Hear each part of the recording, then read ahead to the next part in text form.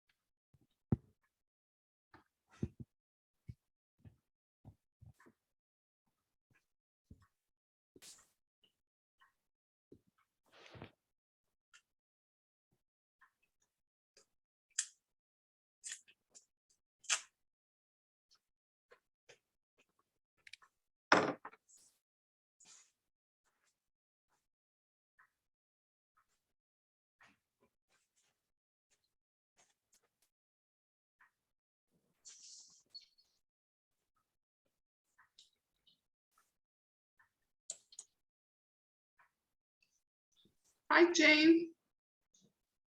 Hello. Can you see me? I can. Can you see me? Yes, I can, and I can hear you too. And there's Mary. Hi, Candice. Hi. How are you? Well, I just got home from a busy day and I'm hoping that you're not going to show me eating my fried egg sandwich for dinner. Oh, that's okay. I'm sure most of us eat now and then during Zoom meetings.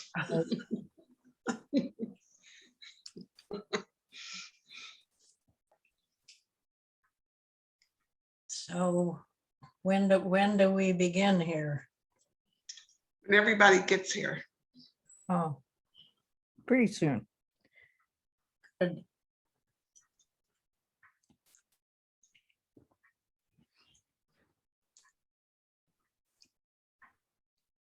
I think we're the endowment team's pretty close to the end, right? Yeah. Second from the end. Okay. Yeah, so I might run back and forth getting Art's dessert and stuff like that. So Oh, sure. I'll just go to audio once we start. Gee, what's he getting for dessert tonight, Mary? He has a standard of Rocky Road ice cream and cookies, Oh, that sounds really delicious.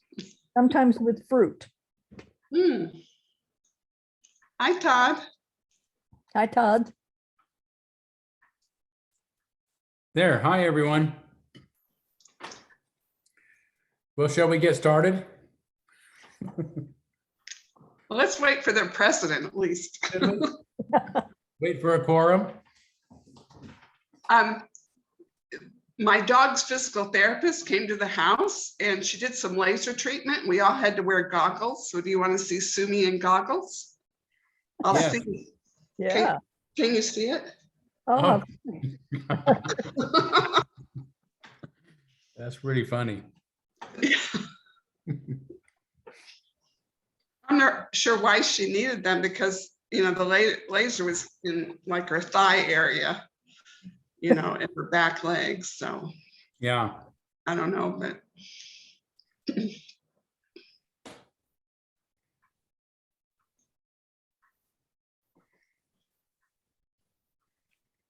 The only time I make Chester wear goggles is when he's sandblasting. the talented dog you have. Yes, he's very helpful around the house. Good. Mine are wrestling in the background now. If you hear anything, sometimes they, after their meal, I don't know why, it's always after a meal, they start. Oh, yeah. And I have a, Candace just showed us a picture of hers wearing goggles. oh, You want to see it, Lynn? yes, absolutely, I do. Okay, her PT came to the house today and gave her some laser treatments and she had to wear goggles. So cute. And Dorothy's got her friend right on her lap there. Yeah, there's Coco.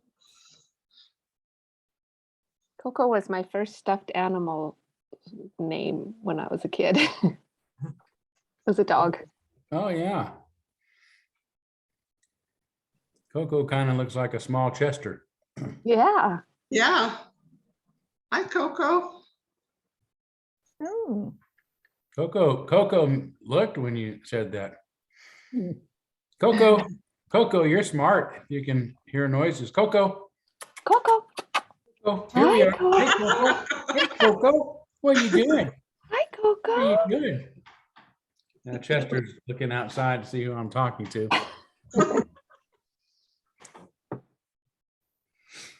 I've How got are a you, video. Rebecca? Come here, I'm Chester. doing well, thank you. Happy to be here. Very nice to have you with us. Come here. Up here. I want to show you something. Thank you. Yeah, come here. Oh, Chester's gonna get into the frame. He's not coming up on my lap. Come here. Come here, up here. There's nothing under the table. He hears me talking to somebody, so he thinks, let's see, here he is, down here. Oh, I There can't he believe is. they do look alike, Chester. don't they? Uh, There's a video online where I pulled up this YouTube video of all these different birds making noise, but they're as big as my computer screen, and Chester's barking at them. And he's jumping up on the table trying to get, and then he runs around the computer and there's nothing there, and he runs back and he's going nuts trying to get to these birds.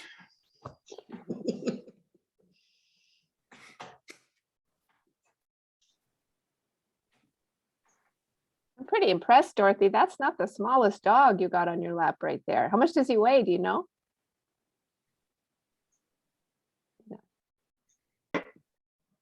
16 pounds. Oh, you're not that big, but that's a good sized dog. He's a chubby min pin. Oh, he's a min pin. Yeah, he's a min pin. Almost 3 years old.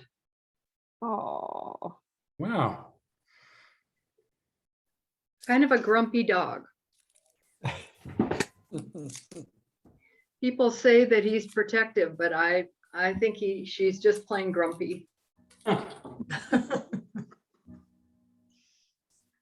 my Cyrus is going to be 5 in 2 days. Can't believe it. My baby puppy.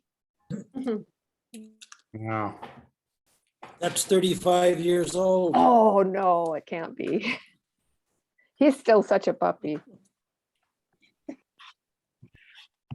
Yeah, I don't buy into that 7-year thing, because my oldest dog is now over 18, and that would put her way up into Golly, 100. Yeah. that's amazing.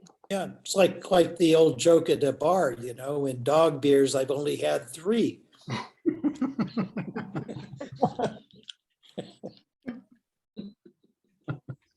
That's pretty good.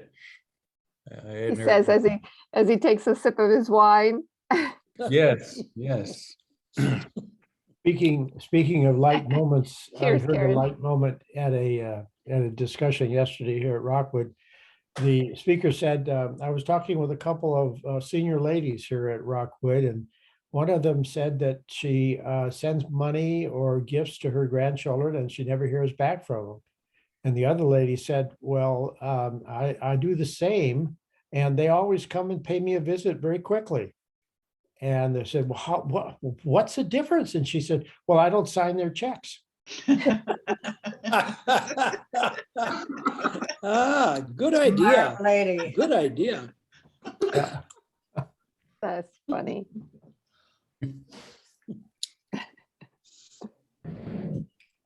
All right, well, let's see, we've got 1, 2, 3, 4, 5 of us.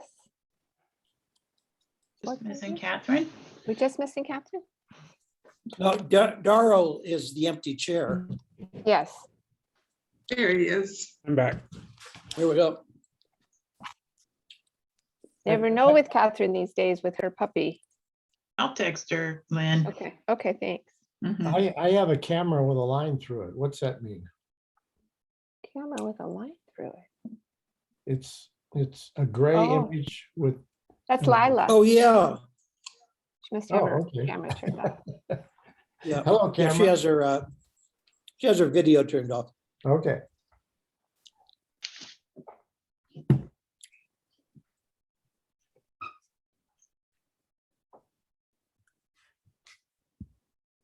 We go ahead and start. We do have a quorum, I guess. Oh. Something just changed. Yeah, but I don't know what. Did somebody leave? Somebody left, I think. Tom, oh no, there's Tom.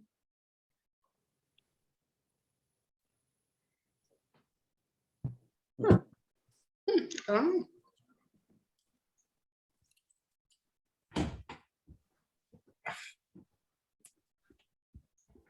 Well, why don't we go ahead and get started since it's just after 6:06, it looks like. So maybe we'll call the meeting to order and hopefully Catherine will be able to join us. Lily's probably keeping her busy at the park or something. Okay, so we first need to start with, there were a couple of things I think that came up after we put this agenda together in speaking with board members at church. And quite honestly, I can't remember what they were. So I'm hoping whoever I talked to, I think it was Dick, right? I talked to Dick. Yeah, so I had one. I don't know what the other one is, but Okay. I was going to suggest that we might start a preliminary discussion of UUCS participation at General Assembly, Oh, yes. Yeah, which is at so the beginning of June. is the first week of June, right? Is the first? Early in June, yeah. Oh, it's Rebecca that left. oh, yeah. Oh, she wonder if she lost her signal because Hmm. the General Assembly, I believe, is the last weekend of June. Let me double check. Oh, last weekend. Well, it's the last, sort of the last week. It's the 22nd, which is a Wednesday, through the 26th, which is a Sunday. Oh, okay. Yeah, that is towards the end. Yeah. So I'm going to put that down towards the bottom of our agenda, and Sure. and I might need some. I will need some reminders about how we went about getting some people to do that. Well, hopefully this is Rebecca joining us again. There she is. Did you get kicked out? Oh, you're muted. You muted yourself, or your phone muted you, Rebecca. We can't hear you. Yeah.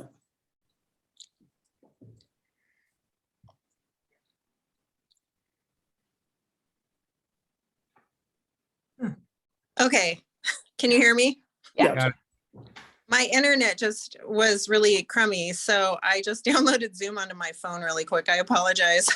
Oh, we just saw the shift in the people and was like, who left or who came? And then we said, it's Rebecca. That was who me. came." I'm trying to get a new internet service at my house because CenturyLink is just so weak. Oh, Wow. So, well, we can hear you just fine right now. so. great. Was there anything else that we needed to change on the agenda, guys? That anybody can remember? I would just add that I heard for that candidate, Rebecca Mattis, that she has achieved all of her 50 plus nominations for UUA board position 7. Right. So In less than a day.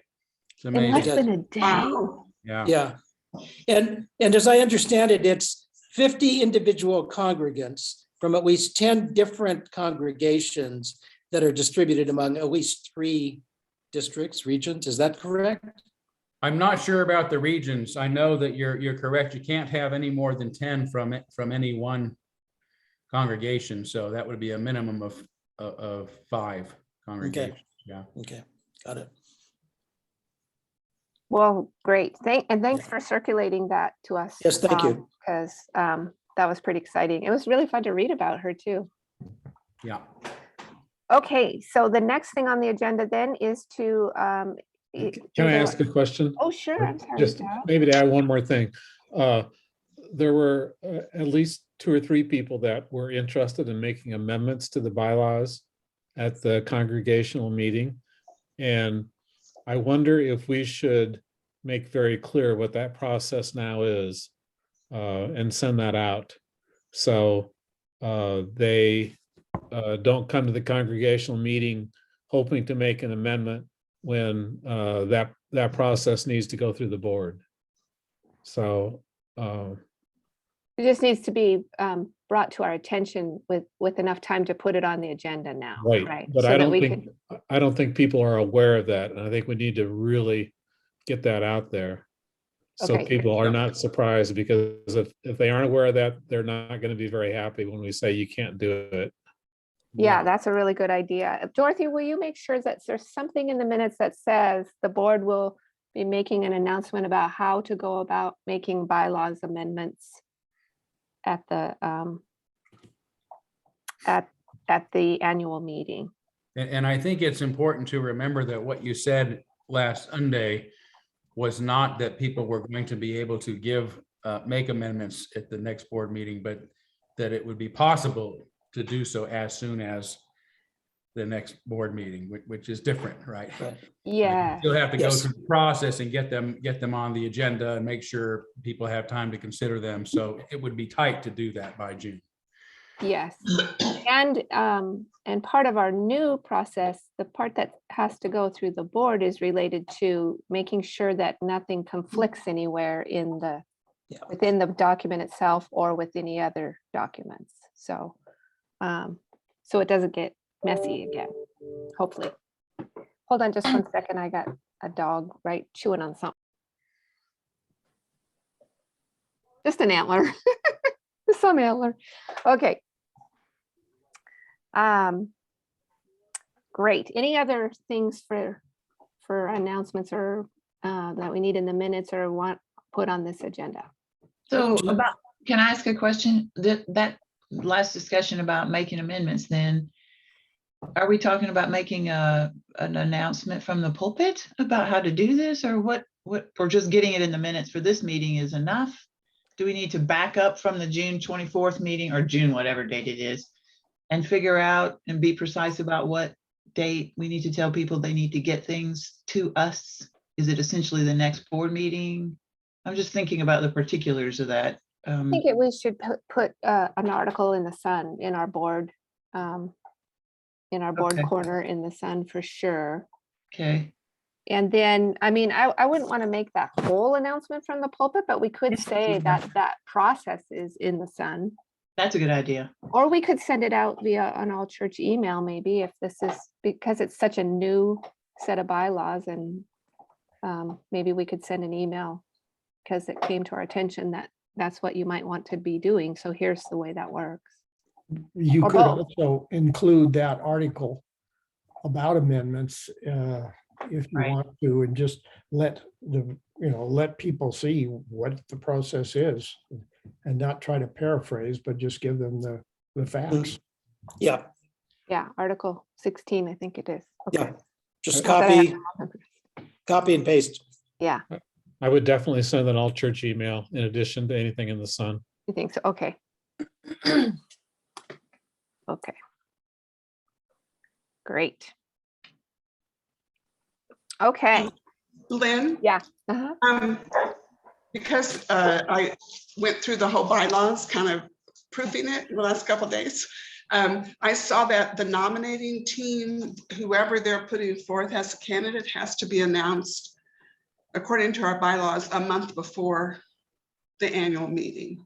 And I know we don't have a date yet, but if it's the first Sunday in June, then that would be coming up pretty quick. So I don't know if they know that or, you know. I did talk to Nancy Avery today, and she did say that they should have someone by next week, but I will let her know tomorrow of that deadline. That is supposed to be announced to the congregation. Yeah. Yeah, Correct. so that send it out. Yep. Is that all candidates or just board? I think it's the board. Oh, well, I don't know. Okay, I can look it up. It's okay. Okay. Yeah. Yeah. Okay. All right. Excuse me, was there a misstatement there? Candace said you were considering the congregational meeting for the first Sunday in June?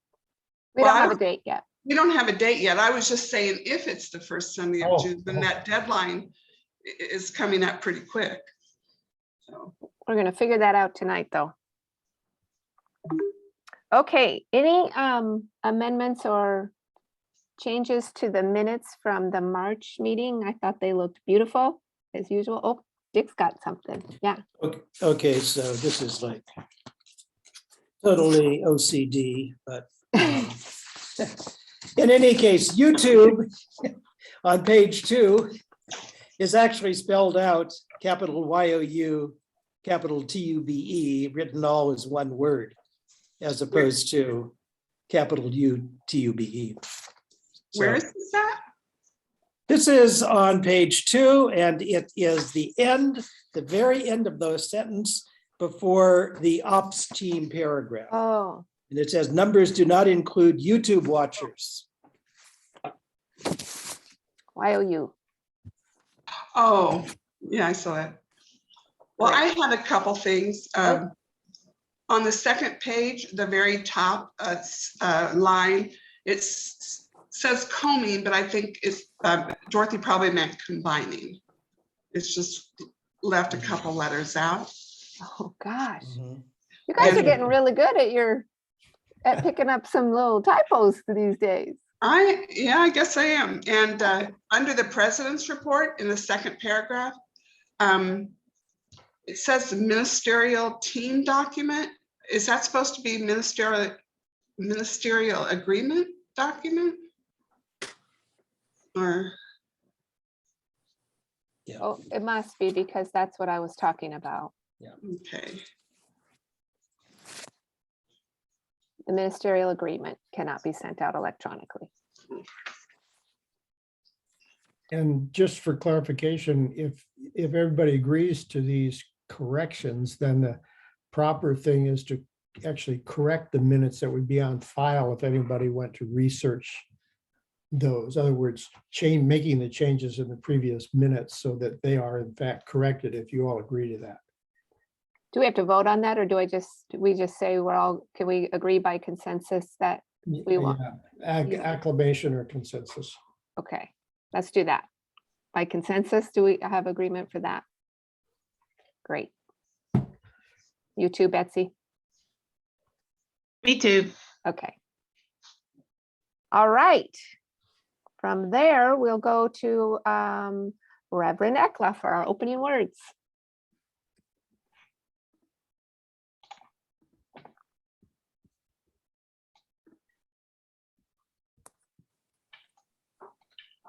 You're muted, I think. Am I? Now you're not. Oh, okay. Huh, all right. I didn't do anything but scroll, so maybe I accidentally touched it. Anyway, I'm going to read from this book I read from Sunday, Challenge Over Liberal Faith. It's a classic Unitarian Universalist book, and there were a couple of paragraphs I couldn't decide which one I really wanted to read, but I'll read this one.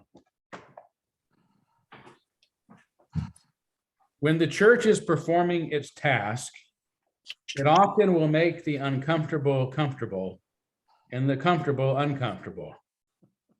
Another way of saying this is lamentably to recognize that for the majority of persons, Religion is a comfortable, conforming experience used to make people conformist, uncritical, and unthinking. Ooh, tut, tut. To the religious liberal, on the other hand, the church is important because it offers an alternative approach which strengthens, builds resistance, enhances courage, and challenges life's easy platitudes. Thus, the religious liberal may be the best hope for salvation in the church if it successfully creates this new sense of mission. Otherwise, the church is following the path of its own destruction. Wow. Yes.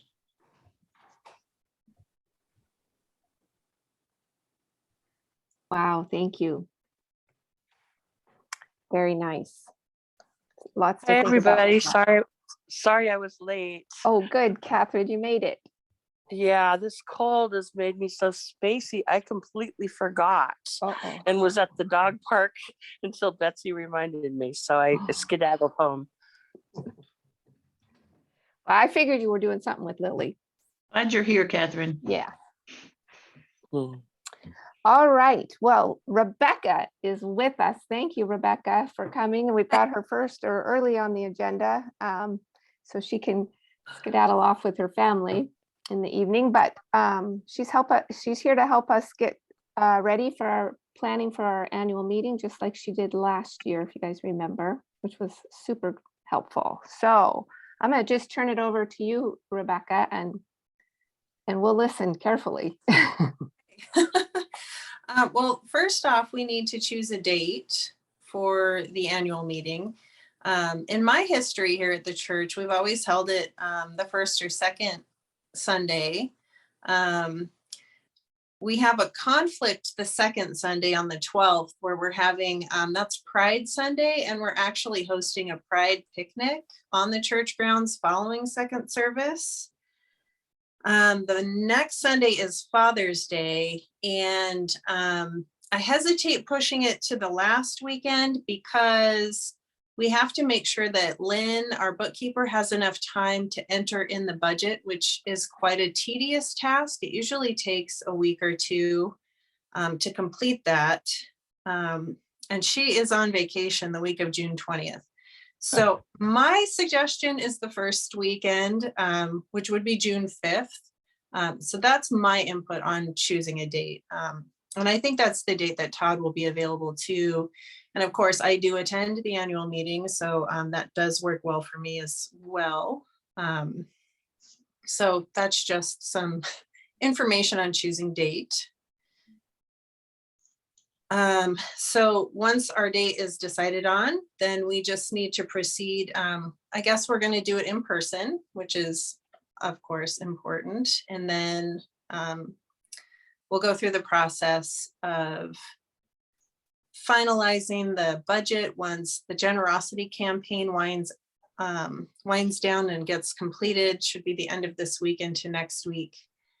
And we'll complete our second budget summit following that. And then we should have the completed,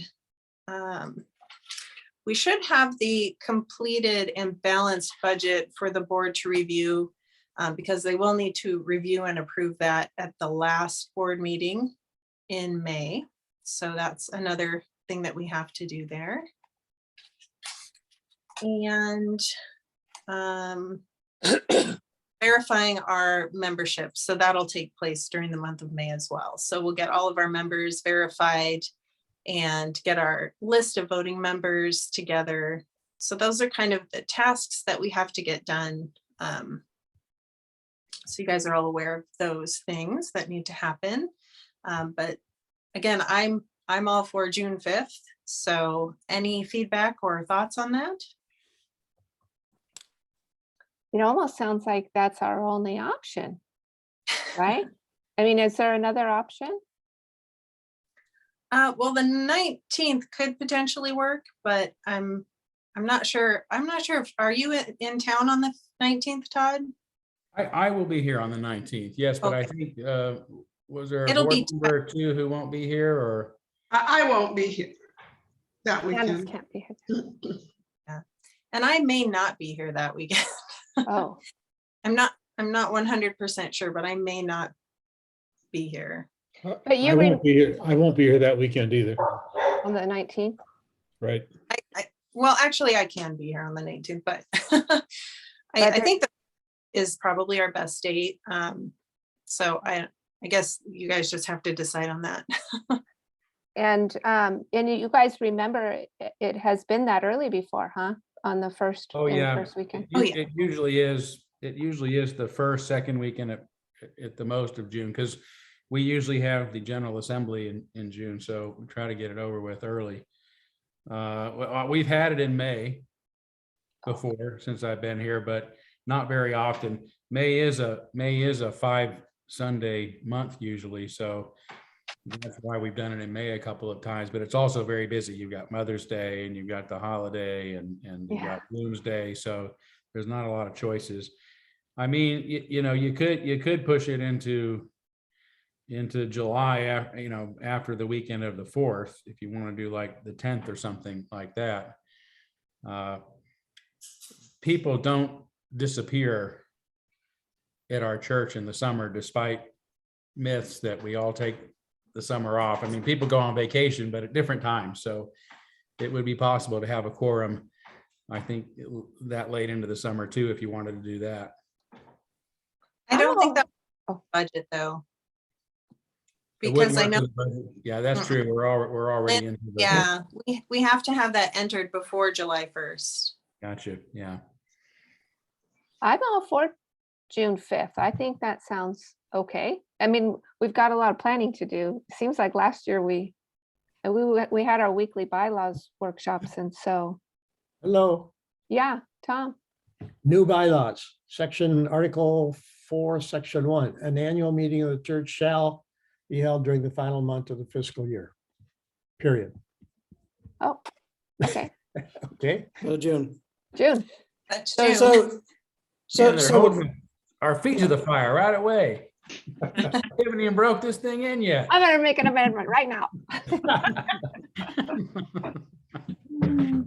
Is anyone opposed to the 5th? I should say that. so my question is, because there was some discussion before about back chaining. So what would be the back chaining implications to holding the meeting on the 5th? Right. Because I think that's really. Right, to allow congregants, if we're gonna remind them of our new amendment process and realistically expect them to use it, when Yeah. would they have to get us stuff to meet this June 5th annual meeting Well, it needs to be on the agenda for a board meeting? Or for the annual meeting? for the annual meeting. It has to, so the whole congregation is aware of what's going to be discussed. But I don't think that's new, is it? No, it has to be, it has to be out. Is it 2 weeks? I mean, that's what the old bylaw. 2 weeks. Two 2 weeks and announced from the pulpit, Yeah, and so they I would think need to have it for us. I mean, I don't think it would take, I don't know. I mean, I guess it doesn't necessarily have to be approved at a board meeting. We don't have to say at the next board meeting. We would just have, I mean, somebody could literally, couldn't they just email their amendment and we can get together to say somehow, while we're planning this meeting, this person, we need to make sure this amendment does not conflict with anything. Mhm. well, So, well, you have to be really careful here, because if you're going to be making decisions like that, the people ought to be able to observe that, and then you're back into that whole issue. You need to advertise that meeting. So if it's not going to be at a board meeting between now and when you have to give notice, actually, you don't have a board meeting. Well, wouldn't the Well, you have answer to give always notice, be right? yes? If somebody wants to bring an amendment, only if it conflicts with something that, disharmonizes the harmonized documents. Right. That's Correct. the issue. Right. it doesn't seem like that's really even a board. I mean, other than just reading the document, making sure it doesn't. It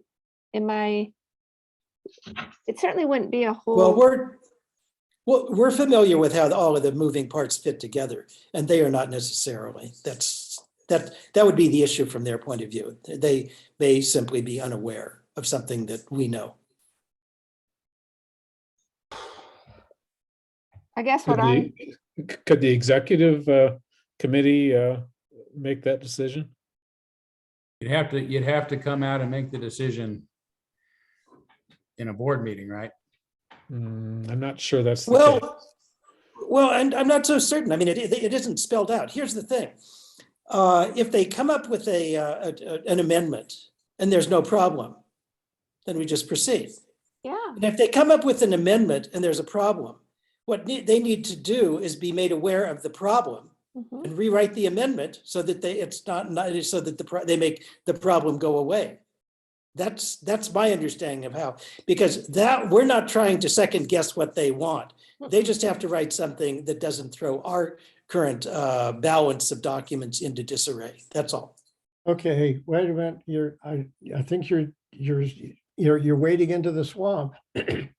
Because the section 4 of the amendment says that bylaws may be amended by 2/3 majority vote present at a properly noticed meeting, providing that the proposed amendments or changes shall be included in writing in the notice of the meeting. So that means that you have a responsibility to make sure that whatever somebody is suggesting as an amendment is in fact, there's no domino effect, that it's also taken care of so that you can put in what you judge to be the proper thing that addresses all of the, domino effects of whatever somebody's proposing. I don't interpret it that way. I interpret it as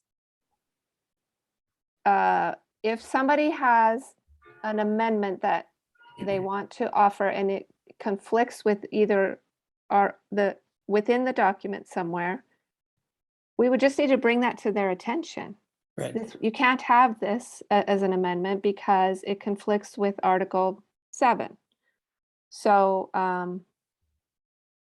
but I don't see why we would need to write a whole report of here's the domino effect or I mean, if it's a no, here's the reason it's no. If it's a yes, then it just has to be ready to be put into the agenda so that everybody's aware. It's got to be put in the notice, and when it's put in the notice, I thought the intent that you people made when you said providing the proposed amendment or changes shall be included in writing, and that you will have reviewed them for consistency and all that kind of thing, that you were going to be able to take that person's suggestion and properly formulate it. Whether they've done it or not, they may be only 20% right, but you may have to work with the other 80%. And in order to get that into the notice in a properly advertised proposed amendment. Well, we don't have to rewrite it, or, I mean, don't we have to just say what they say? What if what they say is wacko? Well, so we're looking at section 3 of the Article 16. Is that right? Can you pull that up, Lynn? Or can somebody pull that up? I have it if you want me to share. I think And that's what we're looking at, I'm right? looking at section 1. Whenever judged necessary, it shall cause the bylaws to be studied and evaluated for recommended changes, blah, blah, blah. I don't know. I mean, it could be wacko, Tom. It might be wacko. And they still have a right to propose whatever they want. Don't they? I mean, Well, they do, but you guys or somebody has a responsibility to make sure that it is consistent with all of the bylaws. right, I know. We have to be able to do that. When are you going to do that? If in fact, they don't, well, you've only got one board meeting, the board meeting of May, which is going to be inside of the 14 days notice. I don't think it needs to be done at a board meeting. That's what I am saying Yeah. too. I'm thinking Yeah, it okay. doesn't necessarily have to be, because I think that does, particularly for this year challenge stuff. And it's either a yes, which will make them happy and it should be fine, or it's a no with a really clear reason. And so it just seems relatively straightforward to me. But And when you say a no, go ahead. oh, well, when you say no with a really clear reason, I understand that to mean it should be no with a very clear technical reason. Here's the conflict. Find a way to achieve your thing with and avoid this conflict that we are pointing out to you. Anything that meets those criteria can be then considered and put before the congregation for a vote. Mm-hmm. And by the way, you have until the 20th to get it right, or you'll have to wait till next year or to a specially called meeting. Right. So Because your again, idea you didn't of- promise that we were going to have all of these bylaw amendments at the next meeting. You said this is a living document. It can be changed. We can work on this for a long time, maybe even as soon as June. But that was a maybe, you know, you're really in crunch time here. I don't know if it's even going to be possible to get, because you still have to give the congregation notice, proper notice of any suggested changes so people know in advance what's going to be discussed. Right. Okay, so your answer to section 3, a member may not propose an amendment to either of these documents unless the proposed amendment's been previously submitted to the board for review of its appropriateness, conformity, and consistency with the existing document. Your answer to that is that if congregate A submits something, you need to somehow get together as a group and decide whether it's appropriate, meets conformity, and is consistent with the existing document. And that, you know, from there, where would you go? If it's not in conformity, not consistent, and is inappropriate, then how would you deal with that? Well, I didn't even consider us needing to necessarily get together as a group to do that work. Wow. No? You guys are in charge of interpreting this, but my advice is you would be on really shaky grounds because you wouldn't have done what it says in section 3. It doesn't say we have to meet as a board, Tom. It just I says know, it but how do you decide? How, this is something that the board's responsible for putting something on the agenda of the congregational meeting. I think we could do it. You know, I think we could do it. We just need to make sure that a proposed amendment does not, I would say, does not interfere with anything that the current bylaws say, or if it does, then, I mean, the bylaws can be changed, right? So I would offer 2 suggestions. You can, as a board today, vote to nominate 1 or 2 or 3 of you to get together and make that decision if it comes up,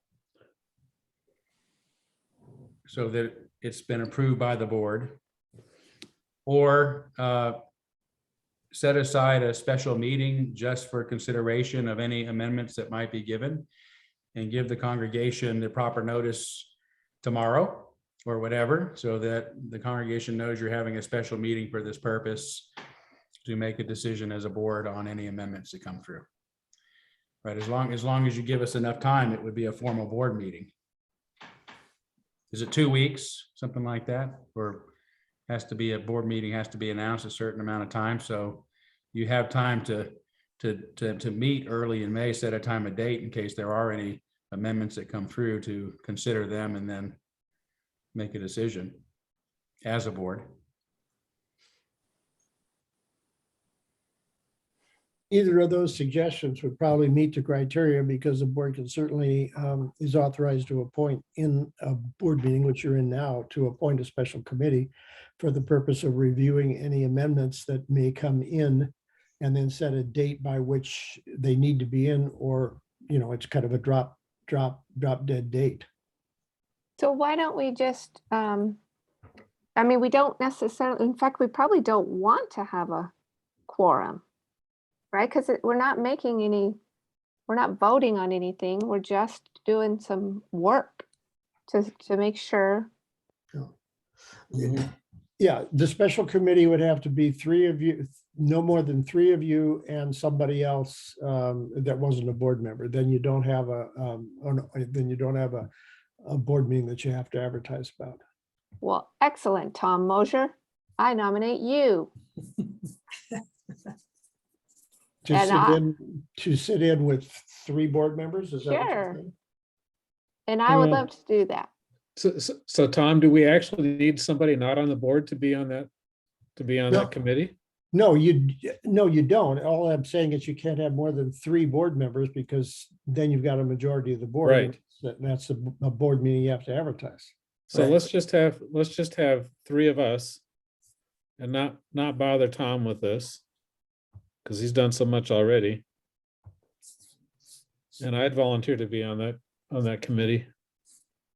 Yeah, how about Candace, would you do that? You have read those bylaws inside, outside, upside down. Sure, I'd be willing to do it. Mhm.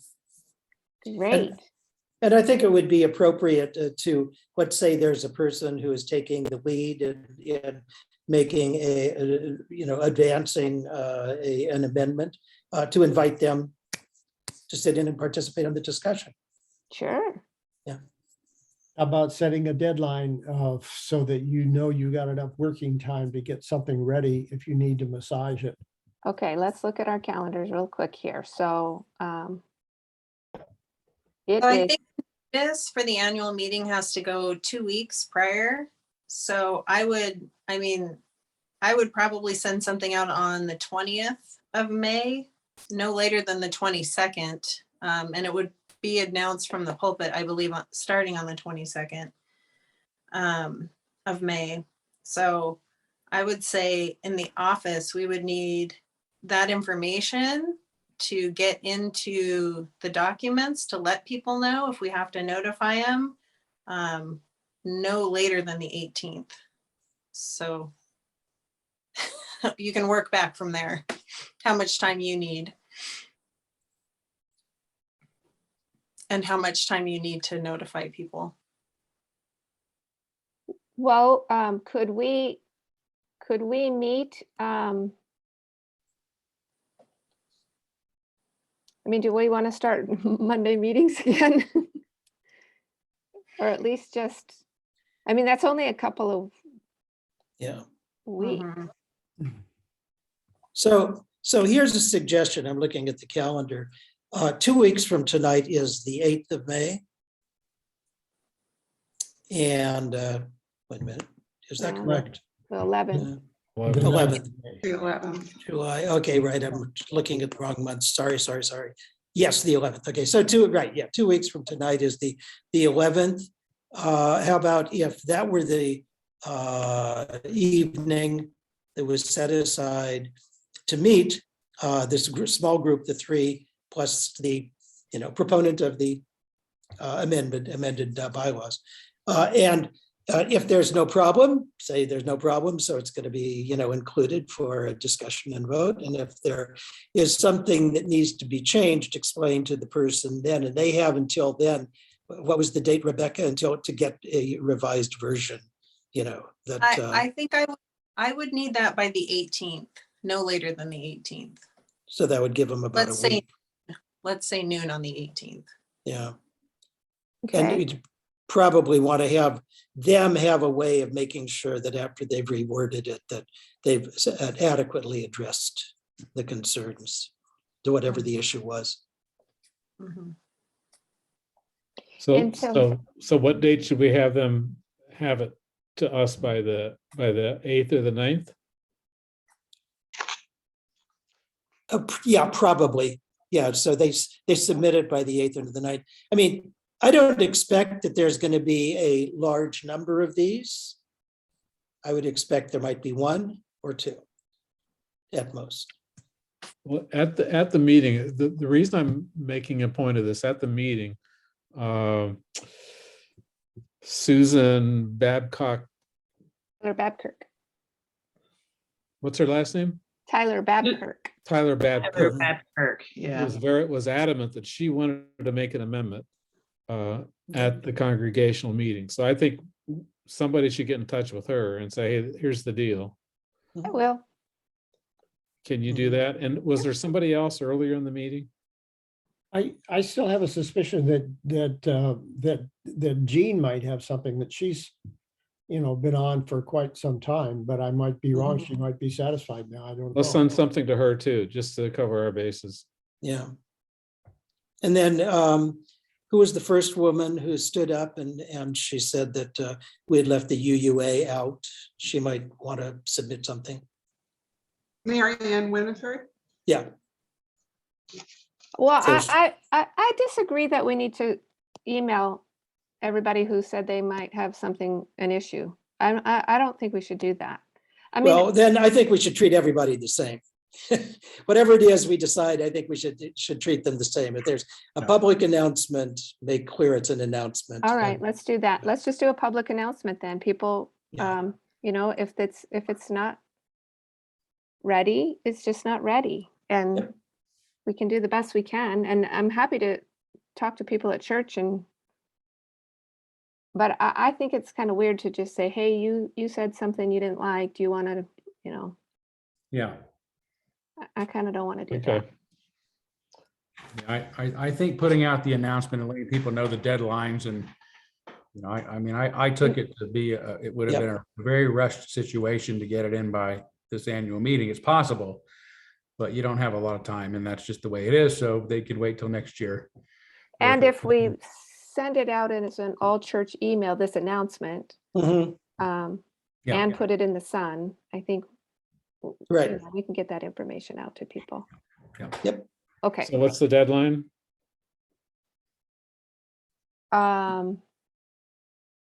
Well, Monday, May 9, 6 p.m. where are they gonna send it?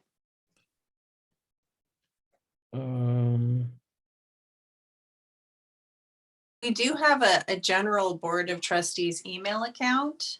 We could have them send it there and I can get you access. I thought I already gave you access to that, Lynn, but I can You make sure. did give me access to it, but I couldn't get in. Oh, really? I can Yeah. reset the. What? Why don't we have them send it to Rebecca and then Rebecca can forward it to us? Would that be I- okay, Rebecca? Yes, but I only work till like 4 o'clock on Monday, so I wouldn't be sending it to you until Tuesday. So as long as that's Oh. fine. How about, I- how about 6 o'clock on the 8th, Sunday, the 8th? Yeah. Okay, let's do that. Okay. Then I can get it to you on the 9th. Yeah. Okay. So just send me whatever you guys want, very specifically for the all church email, and I will send that out whenever you want that to go out after today. Perfect. Okay, 6 p.m. May 8th is when it's due. May 11th we'll meet. May 18th, if there's any changes by noon. So are we meeting at 6 p.m. on the 8th, Does that work? Or no, on the 11th? on the 11th, I mean? That works for me. That works Yeah. for me. Okay. Okay. Okay. Great.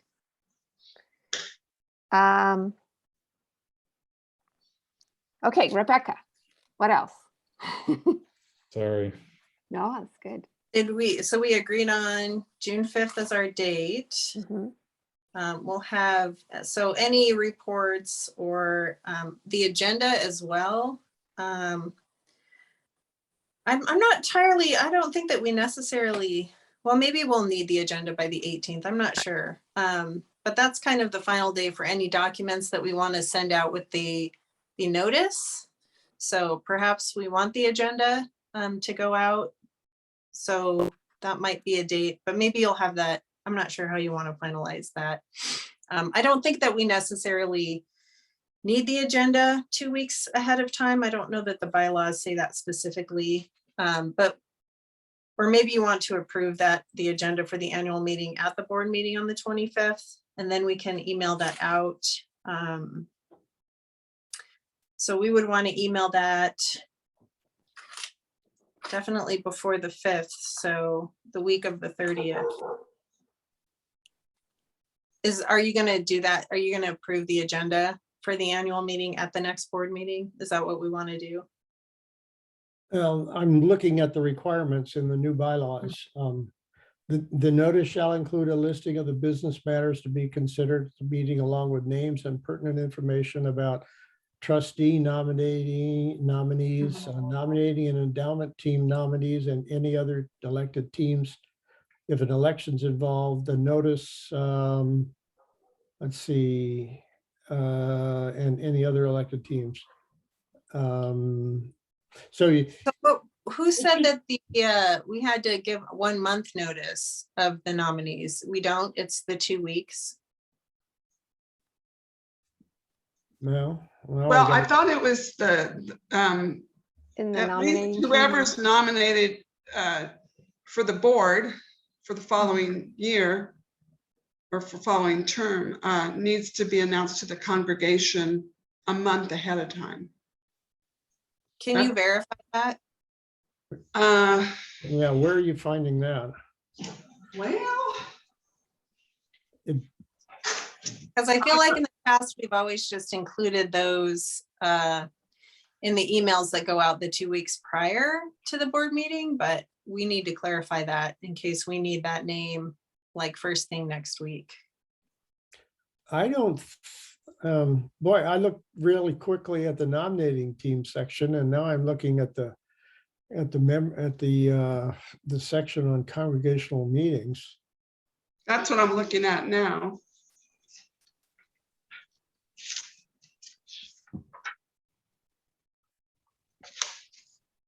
No, it should be section 4, sub A. I think, isn't that where you're looking, Candace?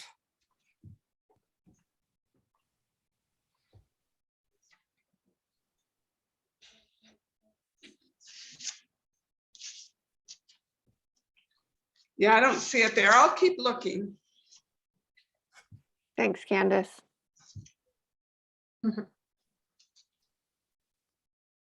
Okay, So I guess we would need the agenda then by the 18th.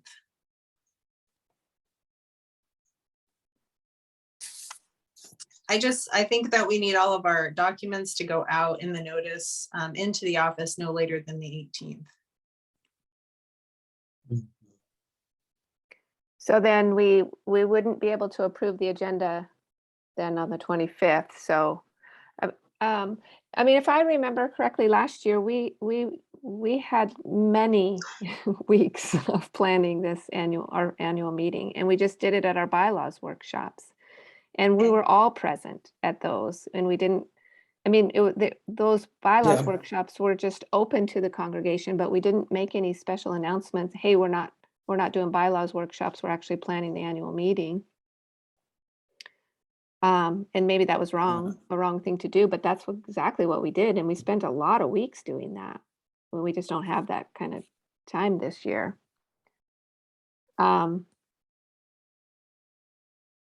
So maybe, I mean, the last thing on today's agenda is to schedule meetings for our annual meeting planning, and maybe that one of those is on that May 11th meeting, and it's just, we are just all together doing that, and it's just part of the planning for this meeting. Yeah, maybe the May 11th, start out with the smaller group with no quorum, talk about any amendments and revisions if those are necessary, and then bring in all the rest of the members, and we start as a board to plan the annual meeting. Well, you could certainly continue using your workshop format if you thought you might need a couple of sessions. Yeah, we could. And your workshop format would not be to work on the bylaws, it would be to, produce the agenda for the annual meeting. Yeah, maybe that's the thing to do. Rebecca, can you make us some Zoom meetings for Mondays again? Yeah, I would be happy to. I think maybe that's our back to- best bet until, at least through this year. Yeah. And, Yeah. I mean, we're Yeah. pretty used to seeing each other on Monday nights, so. All right. Yeah. I was at Los Jeff Angeles last subject. Wednesday. What fun. I was just wandering around the neighborhood. I didn't know what to do between 6 and 8 last Monday. Crazy, crazy. Okay.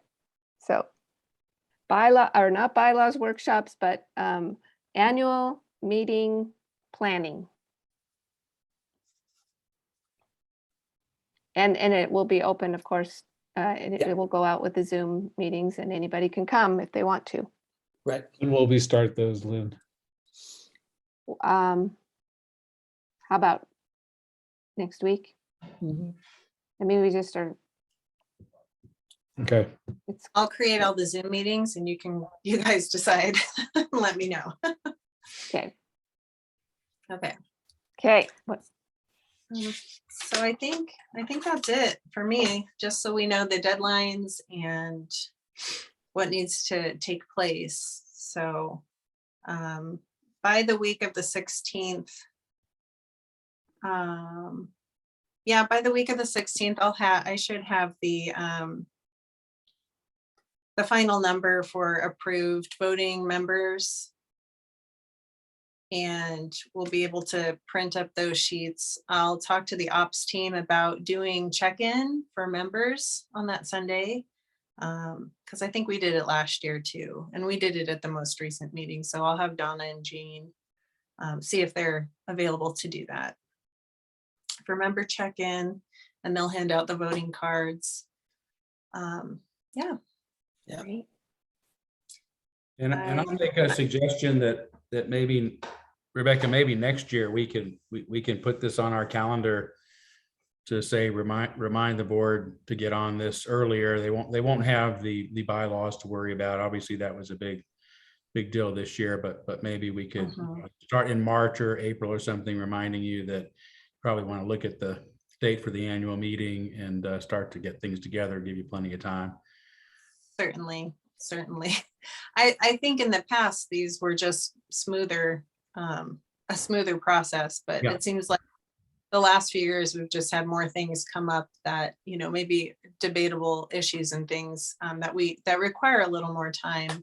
Right. So I may even push next year's date for me attending to the March board meeting, just so Yeah. we have an extra month, because I don't think that would be a bad plan.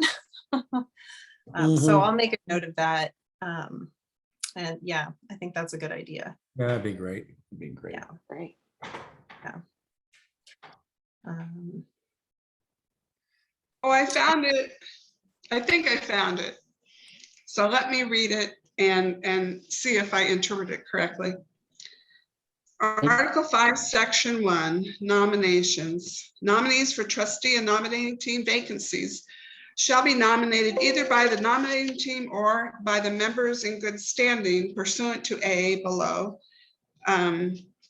The membership shall be informed of candidates put forward by the nominating and endowment teams at least 4 weeks before the annual meeting. Could you read that last line one more time, Candace? You bet. The membership shall be informed of candidates put forward by the nominating and endowment teams at least 4 weeks before the annual meeting.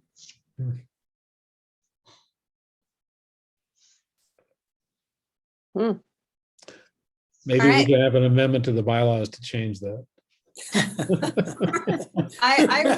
I'll call Nancy tomorrow, because I did speak to her earlier this week, and I believe she said they would have a candidate by next week. So I'll just let her know it needs to be early next week so we can get that notice out.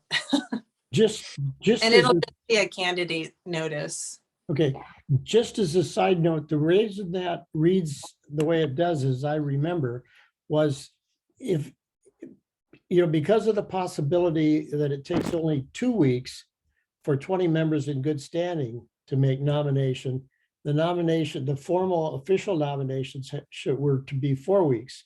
So that, as it was in the case of Unite, Yes. then they had a smaller window in order to propose a contesting slate. So, that's That's why that's there, I think. That's not new then, right? That's not new, because that's No. how it was. Something very Yeah. similar anyway. Yeah, Yeah. yeah, I remember that too. Okay, I Good. think it'll be fine because I think they have someone. So I will talk to them. I'll talk to Nancy tomorrow. Yeah. Make sure we can do that or get it as quickly as possible. Yeah, I think the early congregational meeting was maybe earlier than most people were thinking. They were thinking second, third, Sunday, and this really has speeded up the whole timetable. yeah. Yeah, in my history here, it's always been the first or second week in June. I remember it always being the first week of June. I think only once since I've been here, it was the second. We've But always shot for the first. and regardless. Sometimes we had to move it to the second, but we've tried to be conscious of people getting out of school and wanting to immediately leave town, so. This will work. This will be good. This will be good. It'll have to be a quicker meeting agenda, right? Because we don't have time to make a long one. Yeah, Exactly. you already had the long one. You don't need another long, you don't need a long one. Yeah. Yeah. Well, and I think the nominee for the board position just came out, or like needing one, just came up kind of quick for the nominating committee, and they just realized, oh, okay, we need to do this because suddenly here it is April. Yeah. But like I said, I don't think it's a problem because I think they have someone. So I'll just talk to Nancy tomorrow and make sure that they are aware of the deadline and that we can get that notice out and be cohesive with our bylaws. And then the endowment team also needs to have I will talk to them about that as well. they're here. Yeah. Oh, yeah. That's right. Mary's here. Mary and Karen are both here, so Oh, good. didn't see Karen. Hi. So So now they Mary, know. Karen, so you guys are notified. I'm writing it down as we speak. Dropped my pencil. Okay. All right, Rebecca, what else? Anything else from you? I don't think so. I think that's it. Any questions for Rebecca, guys? Thanks, Rebecca. Thank you so much. Yeah, that was excellent. You're You're always welcome. welcome, Rebecca. You can come to all our board meetings. Oh, don't tempt me. Incidentally, I just checked for 20 and 21, and they were on the second. They were on the second Sundays. Okay. All right. Okay, sounds good. All righty. All Okay. right, thank you, Rebecca. Have a good evening. Thank you, guys. Okay, we're a little behind schedule, so I will be super brief, which I think I can be super brief because I think most of you, if not all, Dorothy was not with us at our congregational meeting, but I think most everybody else was there.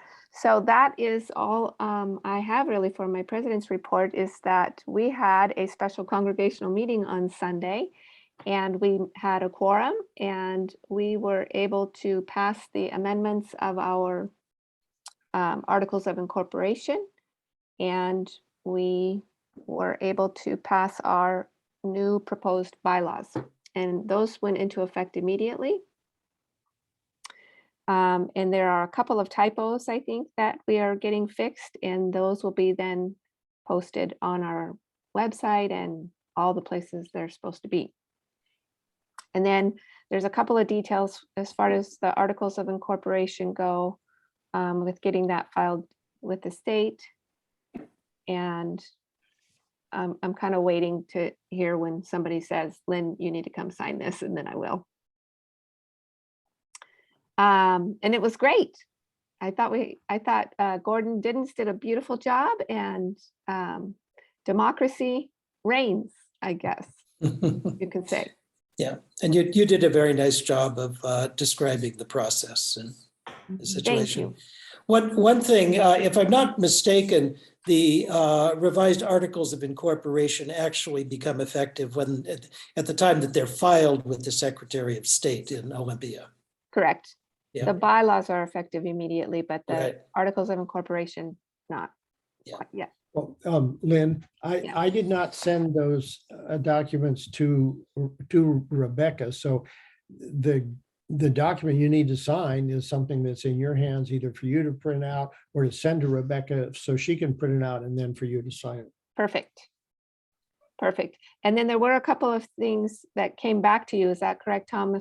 As far as the bylaws were just a simple typo or a crossed out word or something? Well, that would be from Candace. I fixed that and sent you a revised version of those. And Candace pointed out that there's a conflict, which you might want to elaborate on, Candace, which you probably need to deal with, maybe even in the form of an amendment.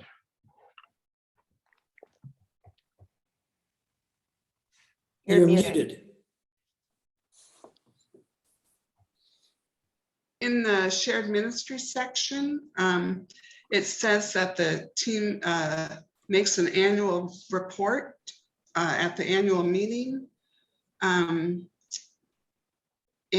back in this earlier section, which describes what happens at each annual meeting, it talks about the minister's report, the board's report, and the treasurer's report, but doesn't mention the shared ministry report.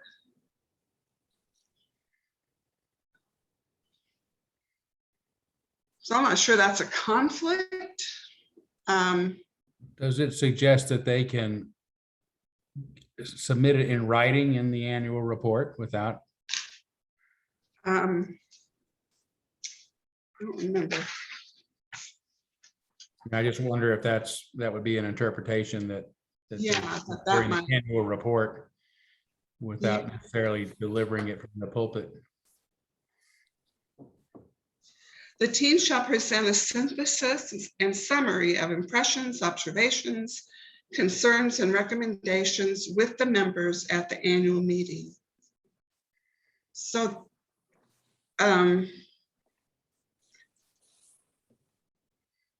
that could be interpreted as it could be in writing, a written report. Well, What Wait, I y'all- think that's really a lot to ask of them for this year anyway, because they just, those bylaws just got approved and True. that's not, I mean, I just think that would be a really difficult thing to spring on a group and say, oh, in a month now you have to have an annual report that includes a synthesis and blah, blah, blah, those words. That's for the past year. It's an annual report and we just created these bylaws with a shared ministry team. So that's not fair. Well, I thought what Candace was trying to get at, that we need to make the two sections consistent with each other, either drop the synopsis out of the shared ministry or add it as a report under the annual congregational meeting.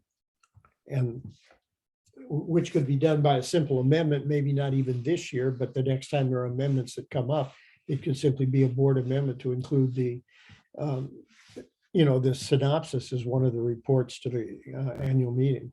Yeah. Yeah. Okay, I'll put it on this list of things for bylaws and meeting discussion, I guess, when we talk about amendments. But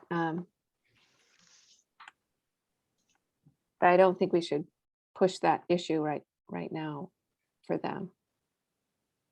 Thank you, Candace. Sure. You have really Mhm. great eyes. Yeah. Okay, Good catch. yeah. All right, let's move forward. Any questions about the meeting or about the bylaws or any other things, comments? All right, let's move forward to the minister's report. Todd.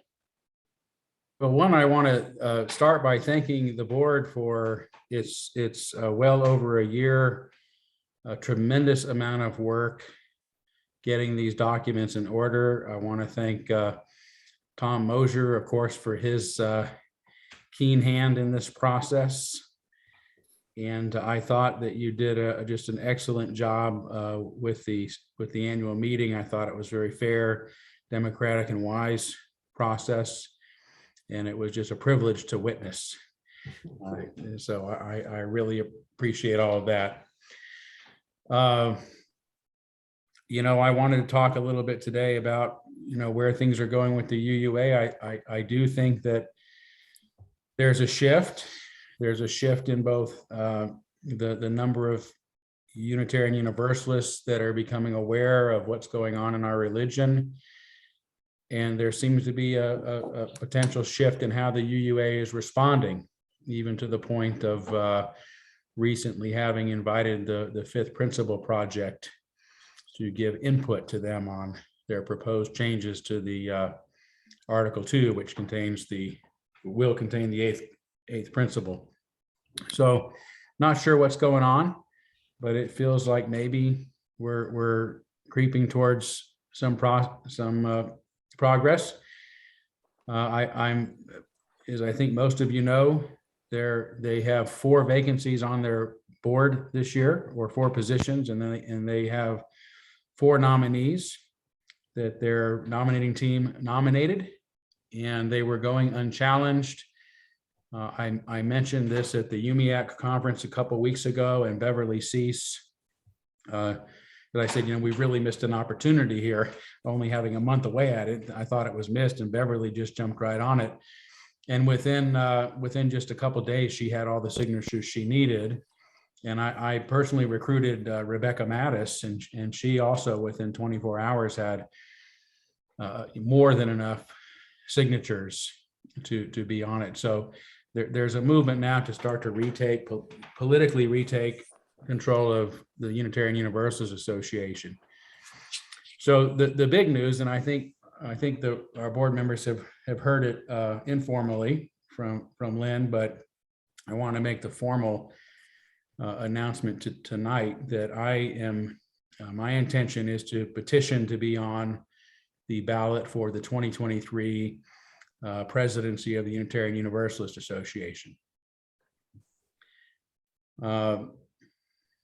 When I discovered that the UUA has a team of 6 people, the Presidential Search Committee, that has to nominate, according to current bylaws, has to nominate 2 candidates for the presidential position, which are pretty much cookie cutter candidates that are chosen by, six people. Last year, they tried to eliminate that bylaw so that they could just put forward 1 person. Now that seems kind of rotten, but not terrible, as long as there are other people that can run. But they have made the process of running by petition almost impossible. And up till, I don't know when they shifted it, but at some point they made it so that to run for president, you had to have 25 congregations backing you, petitioning. And that would have to be approved by vote of the board or vote of the congregation, special meeting of the congregation. In 2017, they actually had somebody succeed in getting on petition. They had 3 candidates, and she got close to winning. In 2019, they doubled it from 25 to 50. Okay, so now you have to have 50 congregations that are petitioned by vote of the leadership or by the congregation itself from 3 different regions in the United States. And those have to be in, I think, almost 5 months before the annual meeting. So it almost guarantees that nobody is going to be able to campaign just to get on the ballot. Not even to campaign to be president, but just to get on the ballot is going to take a tremendous amount of work. Yes. And so I realize that I'm probably the only person in the country that could possibly get 50 congregations to support me by petition. So I'm going to answer the call. And I figure it's a situation in which I can't lose, even if I lose, because I'm going to be able to continue to raise awareness. And even if the awareness is around how undemocratic the process is, how impossible it is to be nominated, to be petitioned one's way onto the ballot, I guess I'd say. And if I get on, and I'm get ad hominem attacks and all those sort of things. That's just one more opportunity to show how far we've come from our principles and our values and maybe turn things around. So I figure it's going to be a worthy endeavor, difficult as it may be at times. And so that is a decision I have made. I did want to formally let the board know before I let the congregation know. So my intention tomorrow is to say something about this during my minister's minute as the first conversation or first notice to the congregation. Yay, Todd. Thank you. Thank you. Yes, yay, Todd. Congratulations. I think it is, I think it's brave. I think it's worthy.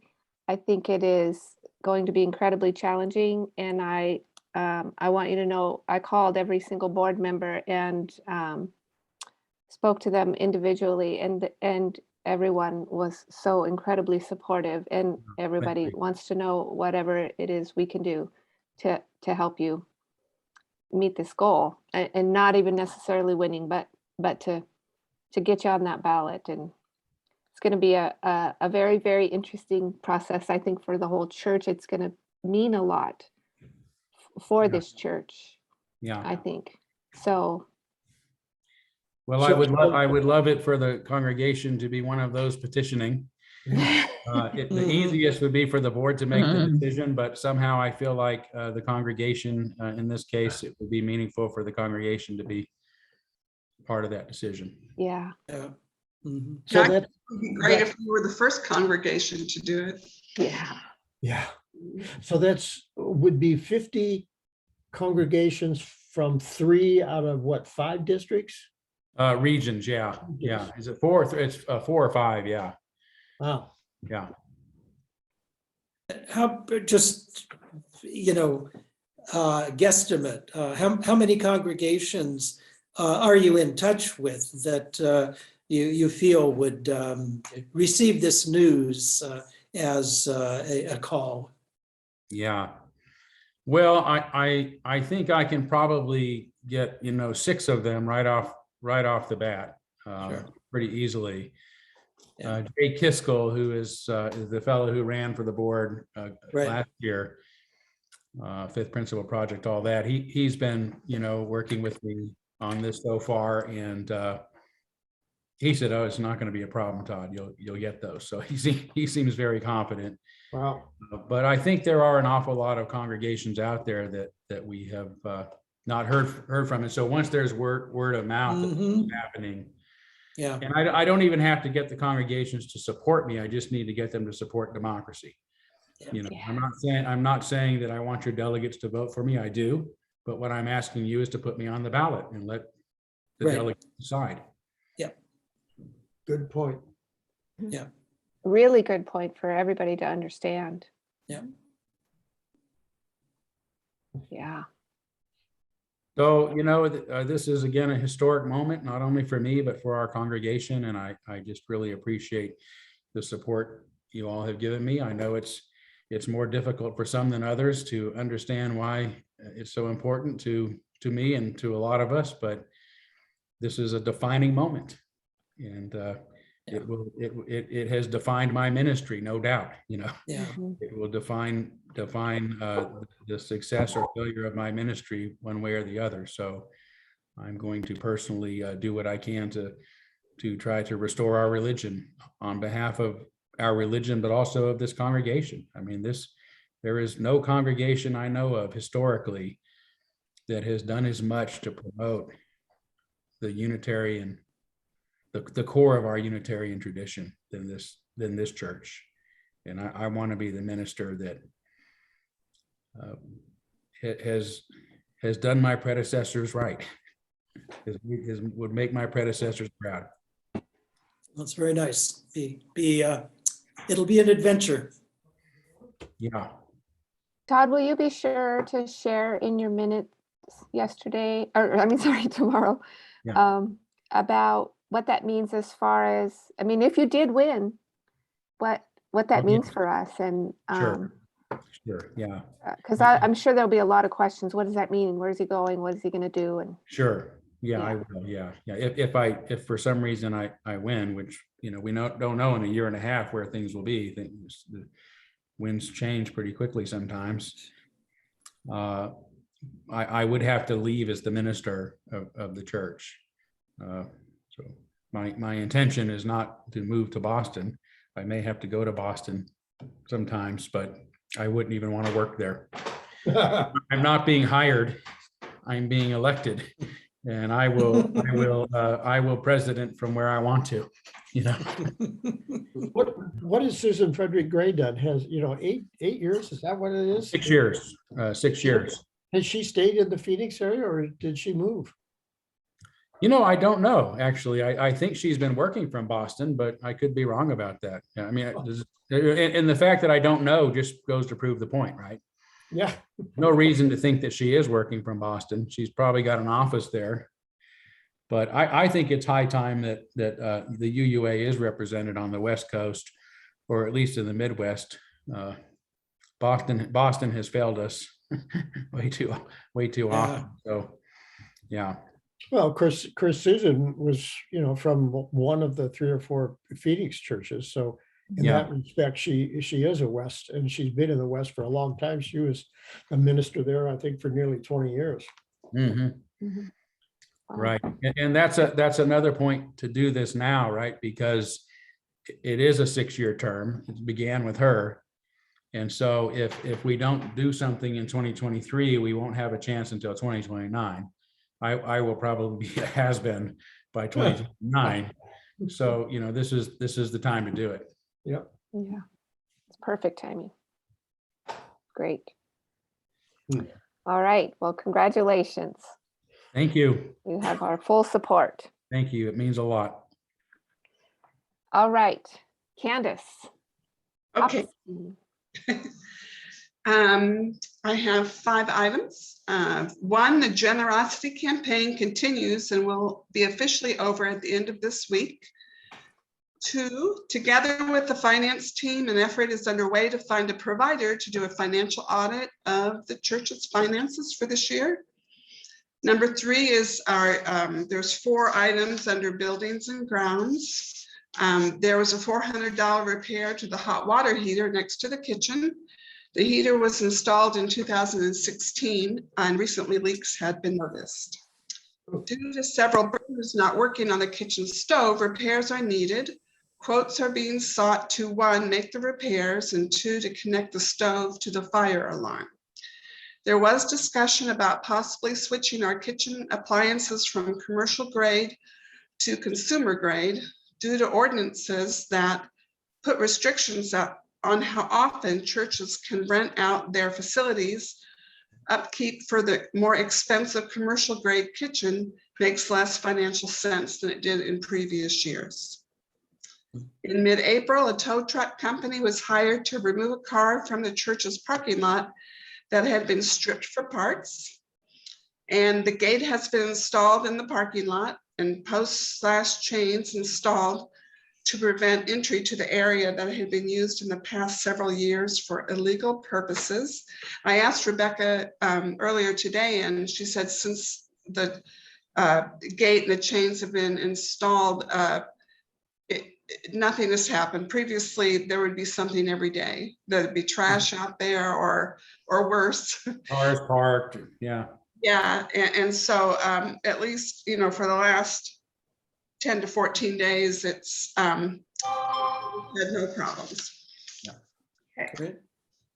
4, the following 3 members have agreed to serve on the operations team: Don Willingham, Julianne Morris, and Robert Janician. The Board of Trustees is asked to officially invite them to serve for the next 2-year term.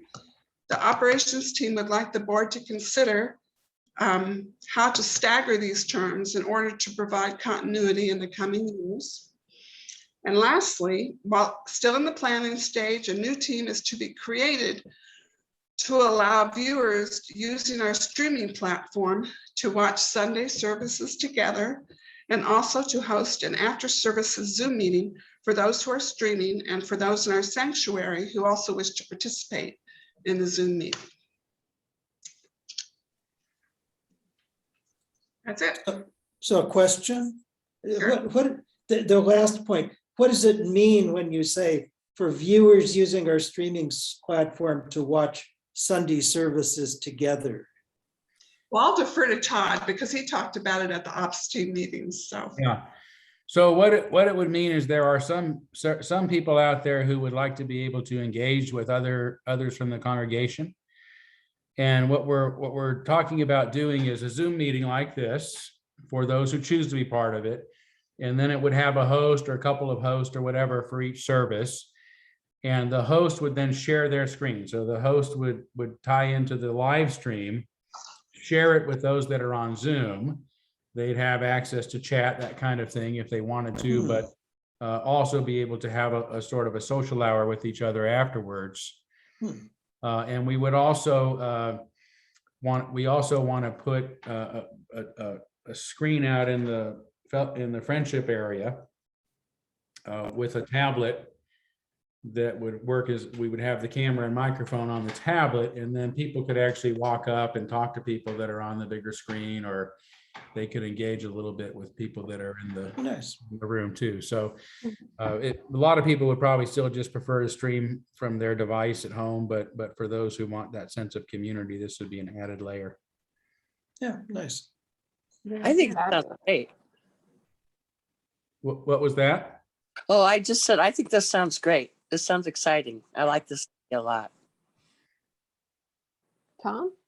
Well, go back to your report, Candace, and I'm looking at the bylaws. The board shall appoint members to the operations team, serve 2-year teams. Appointments shall occur on alternating years. So who are you asking to establish the stagger is one question. And a second question is, are not either Jean or Donna Borden Rhodes, who are currently on it, are not they part of this stagger plan that they're talking about? No. No, they're not. They will wrap up the term that they're serving at the end of the year. And it's the ops team that's asking the board to consider how, maybe for some ideas, maybe to how to make it more staggered. And I might rephrase it just a little bit, Candace, if that's okay, because of course, there was really, I know when we were discussing these 3 folks that have agreed to do this, there was one member of the ops team who apparently, she said she talked to the board or sent an email to the board talking about staggering them and had a certain formula she gave to you. And it was the consensus of the team to let the board work that out. So it wasn't so much that we were, suggesting that you please take care of this, but we thought it was your responsibility to take care of it if it needed to be taken care of. And it sounds like Tom reading the bylaws that it has been taken care of. So it may be that, we have three members that'll be really good to have these 3 members, and I don't want to lose them, in a year, because they're pretty good candidates, but we can have up to 4. So it could be next year that we throw in another name, and if the board approves, we would have somebody, we would start to stagger that way. And then if somebody steps off early, we put in a candidate, but I do think we're going to need to work our way into that rotation.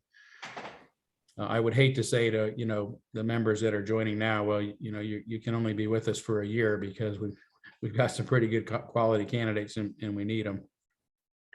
Well, they can serve 2 consecutive terms, so that's something you can work with. The other, I guess, question I didn't know, have the 2 that are there now served for 2 years or only 1 year? 2 years. Oh, they have served for 2 full years. Okay. So the plan is to have those 3 start and figure out sort of maybe perhaps another person in a year. And we'll see if somebody has to leave, and then we'll replace that person, and it'll kind of be a natural staggering is what. Well, if there's any interest in it, because they can serve for 2 consecutive terms and serve 2-year terms, then you could make it a team of 4 if one of the existing ones would serve for a second term. Now, I don't know whether there's any interest in that or not, but Yeah, that possibility is there. sure. Good idea. Or even half a term, an extra half term, then we start the rotation that way. So that's good. It sounds like there's already a system in place. So Okay, great. Great, okay. I have a question. Oh, sure, To Karen? Candace, if that's okay. Candace, do you have an update on the amount of money that the generosity team has? Because as of the 21st of April, 144,000 had been pledged and we needed 361,000. Well, I asked Rebecca earlier today when we were talking and she didn't have any numbers for me, so. Okay. I talked with her yesterday and she told me that I can't remember how many, I want to say it's 180 pledging units or something like that. Or 100, something like that. But there were, I thought she said we had about 100 pledges in and about 80 to go. And so, big number, but it's not something that is unusual either, where we have to kind of go in and really start targeting individuals to get them to pledge. A lot of folks just don't do it because they're busy or they set it up with their bank years ago and they're satisfied with that. So these campaigns tend to go into May. The formal campaign will be over this week, but we'll continue to get pledges in and try to get them in for a few more weeks. Okay. Great. Thank you, Candace. All right, next up, we are going to make this a monthly report until our money is all tucked in from our endowment team. We're going to ask them to keep letting us know what the scoop is. And so both Karen and Mary are here tonight to give us an update on the endowment team or on the endowment. Great. Yeah, I'll start and then Mary will talk about our most up-to-date conversations with the Seattle Foundation. But the big news is that our money has arrived as of last Thursday. Our entire endowment amount is no longer in Boston. It's in the First Interstate Bank in Spokane in the STCU account. And it's for $714,257.60. So, that's good news. Actually, the people at the UUCF, the Common Endowment Fund, were very good to work with on this. We had concerns, obviously, about the direction of the UUA and some strange things they seem to be doing with the endowment, but the actual management of the fund were very responsive. As soon as we filed our notice of withdrawal, they got right back. I'd sort of had a relationship with Susan Helbert, who's the assistant to the UUA treasurer, Andrew McGeorge, and she's the one who facilitated all this. Todd signed the forms, and and then they did the transfer last week. So that is step one. And of course, the money is at some point in the middle of about 4 months ago, we had about $750,000, but you know what happened with the Ukraine war and the whole tanking of the stock market. But still, we still we don't have as much as we would have liked to have had. But on the other hand, that's what happens when you have an international conflict and lots of uncertainty in the market. You've probably seen it in your own personal funds as well.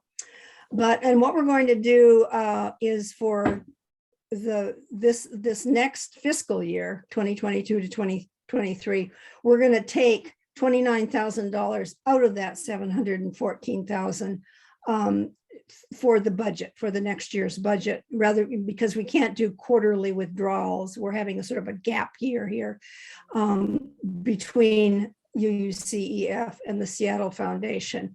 But as of next June, as long as we finalize this agreement with the Seattle Foundation by June 1st, our monies, the remaining monies after we take out the 29,000 will be moved to Seattle, and it will start, accruing interest under their plans. And we will have our first withdrawal from that year in June of 2023. And as you know, we'll be getting roughly 4% from them. The endowment will generate roughly 4% in funds to our church, which is roughly what we've been getting from the UUCEF. But in the interim, in the meanwhile, we have to be finalizing our agreement with the Seattle Foundation.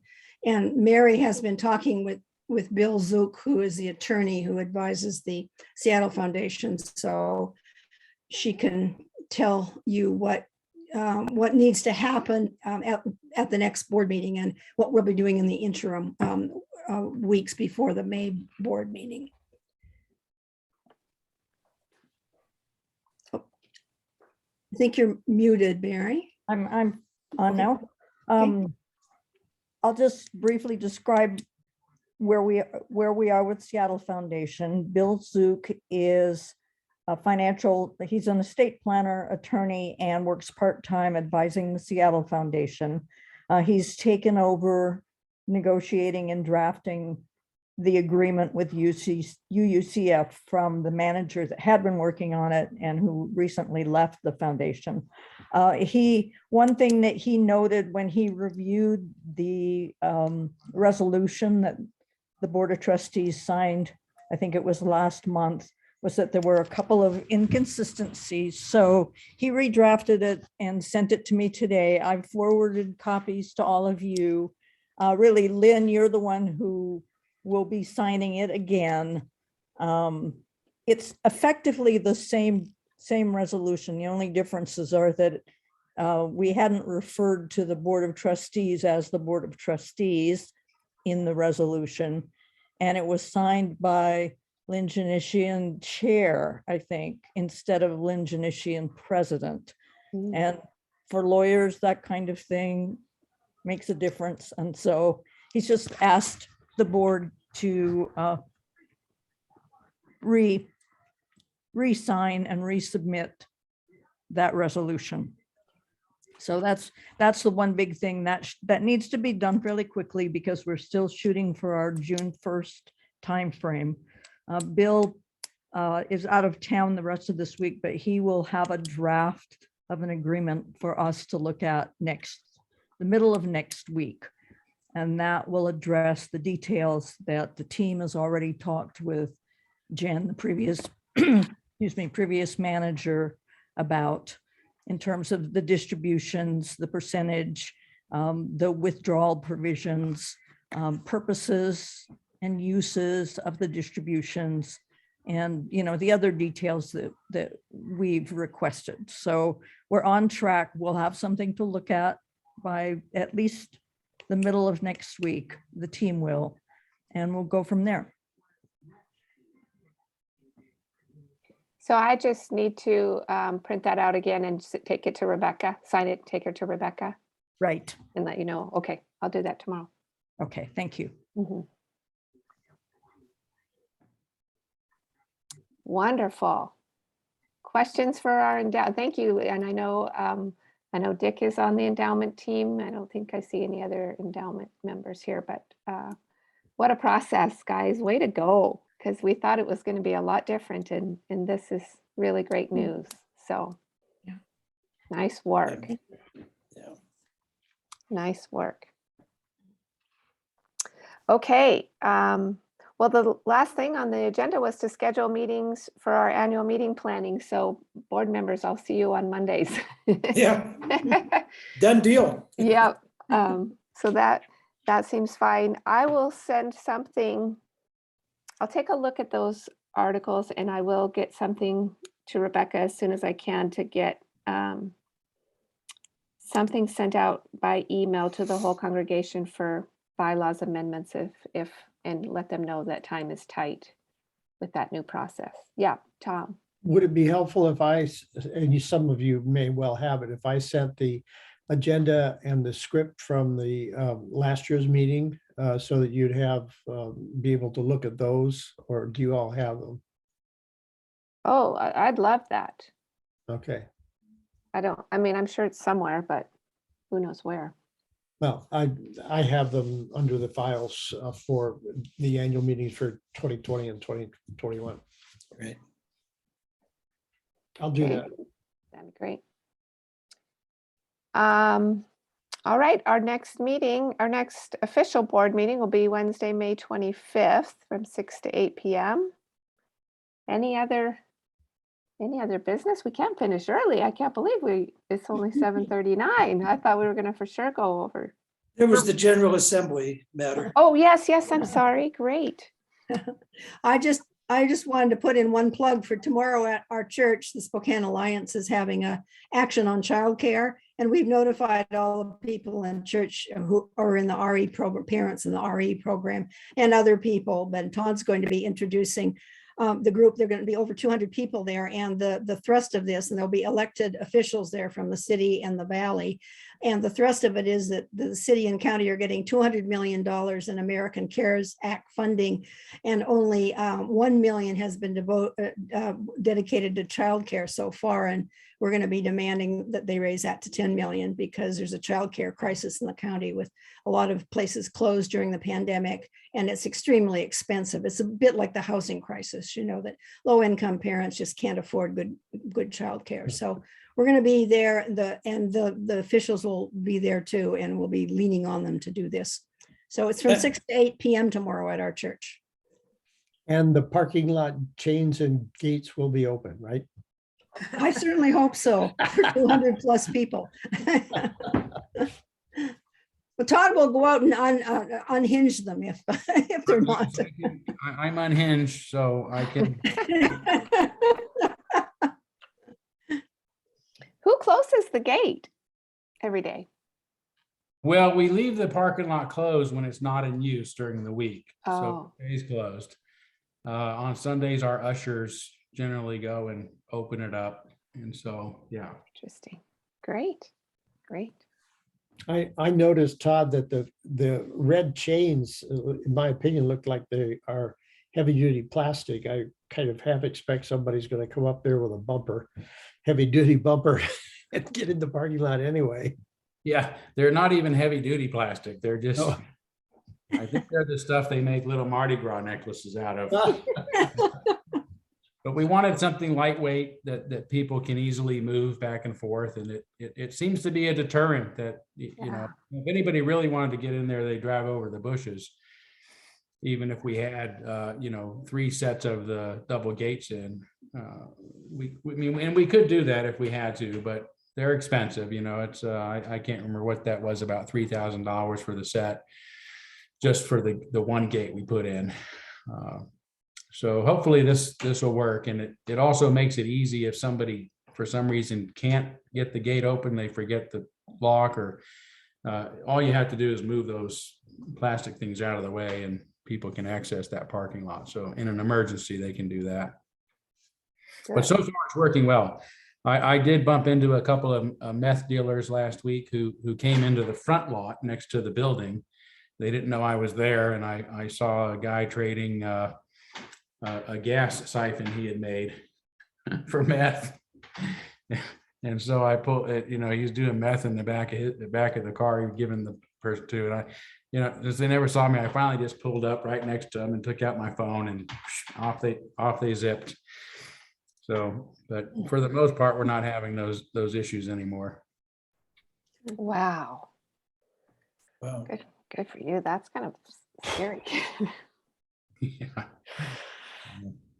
All right. Well, who can fill me in, and how do we go about letting people know, or encouraging people, or recruiting people, or what do we do for GA delegates and attendees and getting interest? I don't recall what we did. So I can tell you what happened last year, which was basically I talked with people and sort of recruited people.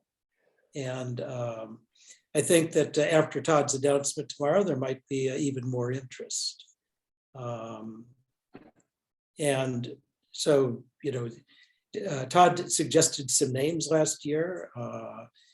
Other people suggested some names. I talked with the various members of the board. And I think that, as I recall, we were eligible to have 8 delegates last year. And that was based, I think, on membership count of somewhere around 450. Does that sound right, Todd? I think That's so, yeah, I think Yeah, that's right. So it would be a little bit less this year, so we'd probably be looking at, my guess is maybe 6 people, 6 delegates. It's going to be in Portland. So that's one thing. If it is within driving distance, should people be motivated to go in person, but it's also something that one can participate in remotely and virtually, and that's what everybody did for the last couple of years. Yeah. And there was something else I was going to think of, but it slipped my mind. So, but I think that a place to start would be in the Sun. Just announce that there's that it's coming up, and we are interested in hearing from congregants that might be motivated to participate and represent our congregation. See who steps forward. Are there any subject matters that that are going to be there that mentioning the subject matters might attract people because of the issues? Just a thought by way of advertising. That's a good question. I'm not really sure. I'm not really sure either. I mean, the big one, of course, is they're going to continue to pound away at the 8th principle. I thought they were going to vote on it this year, but they've now moved it to 2023. Maybe because they didn't have the votes or didn't think they had the votes. I don't know. But the really big issue is that we have two candidates that we could get on the board. 2 potential candidates that are not happy with the way things are going, that are running for the board. So if we could get them on it, or even get them to do, twice as good as Jay Kiskell did last year. He got, I can't remember what it was, 18% of the vote or something. It wasn't huge, but it was a surprise. Yeah. So just for everybody's information, I'm looking at the registration. I've been getting emails about this. So they're going to have virtual and in person. So virtual is $275 for the GA. There's a business only virtual, and that doesn't cost anything. So you can be a delegate and just attend the business meeting, which is where the voting takes place. So you'll be able to vote for the board members as well as anything else. It says a donation is requested. In person for the week now. So it was less if you registered in February. Now it's $575 for the week. One day in person is $325. In person reduced, I'm not sure what that is. 325. Reduced, I think you volunteer. What was that, Todd? Reduced is if you volunteer to help. Oh, if you volunteer. Okay.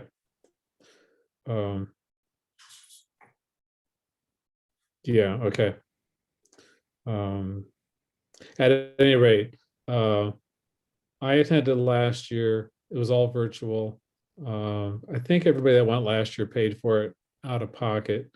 I don't know that I personally didn't get a lot out of the general GA activities. I attended the business meetings and voted. So that would be an option if somebody wanted to do that, but not go down in person or not pay to attend the whole thing virtually. So, and I think, is anybody else on the board or anybody else that went last year, are you getting the emails from UUA about the GA? I get one about once a week or something, and there's details in there about programming and some of the business stuff that's taking place. So that could be shared with people as well. Yeah, I don't get them. Oh, you don't? Yeah. But I will tell you that as a candidate for the presidency, one of my commitments is going to be a ballot in every box. We live in the 21st century. There's no reason that every Unitarian who is a member of a Unitarian church shouldn't have an ability to vote on the issues impacting our denomination. Right. Mhm. Instead of delegates, Todd? Instead of 0.3% of our population, yeah. Got it. Yeah. I remember in the 2020 GA that there was a solicitation for contributions to have like scholarships for people that might be low on money. I contributed to that, and then actually I became a delegate with my own money, but that's something you might consider as a invitation for anybody, and I would cough up some money for a scholarship. Mhm. That's a good point. Yeah. It's prohibitively expensive and very undemocratic in many ways. Yeah. Yeah. Yeah. How do we find out how many delegates we get? Well, Rebecca will know. If I remember right, it's 1 per 50 members. So that would give us 7, somewhere between 7 and 8 right now. It's according to where our membership is at. Well, actually, it's not according to where our membership is at, because I think we would have, it'll be based on what we put in last year, which was, I think, 360, something like that. So probably we would get 7. But Rebecca can know for sure. Okay. Mhm. Great. Well, Todd, may I ask a question? Yeah, of course. Todd, you're making this announcement about your, desire to run, and that's for 2023. But what do you plan to do at this year's GA in Portland?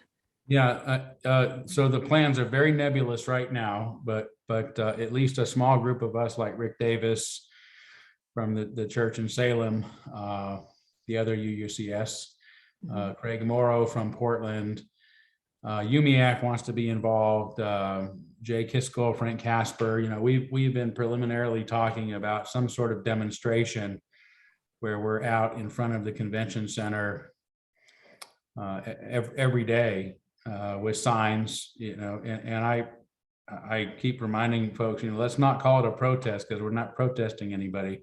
We're demonstrating our values.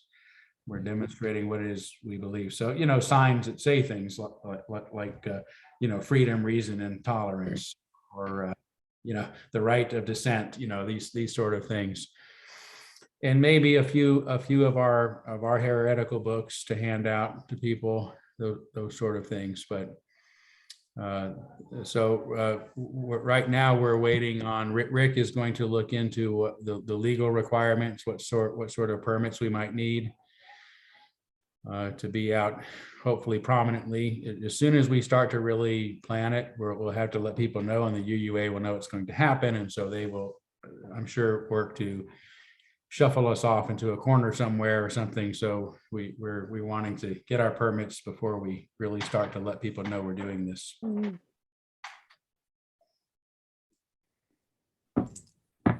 Great. Are there any board members interested in being GA delegates this year, wanting to go, or even just attending as a business? So I participated last year, and I could see participating again this year. I have family in town that week, so I will not be participating. I might look into going as just for the business part of things, but I'd be interested in just that piece probably. Okay. How about anyone else is online? Is that Yeah, okay sure. to ask? Jane or Mary or Karen, or not to put you on the spot, but I have to think about it. I have a brother who lives in Portland. We could drive down and stay with him, but I have to think about that a little bit before I say yes or yes. yeah. Yeah, I would also have to think about it. I was a delegate in 2020, and frankly, I was frustrated by the process. I'm not sure I would want to do it again. Mhm. Okay. Well, let's talk to people. Let's get it out there and have some conversations. Gotta have our voice. All right, guys. Oh, I was just going to say the thing that Tom mentioned. I mean, there are some members, possibly younger members, who have families for whom it would be an economic stretch, and possibly we could make some scholarships available from church funds to help those people. Like Tom, I think, and Darrell mentioned, the majority of the the older members, more mature members, we just bought our own, registration, and so took care of it. But I think there's some that might be interested that would appreciate and need and benefit from getting a scholarship.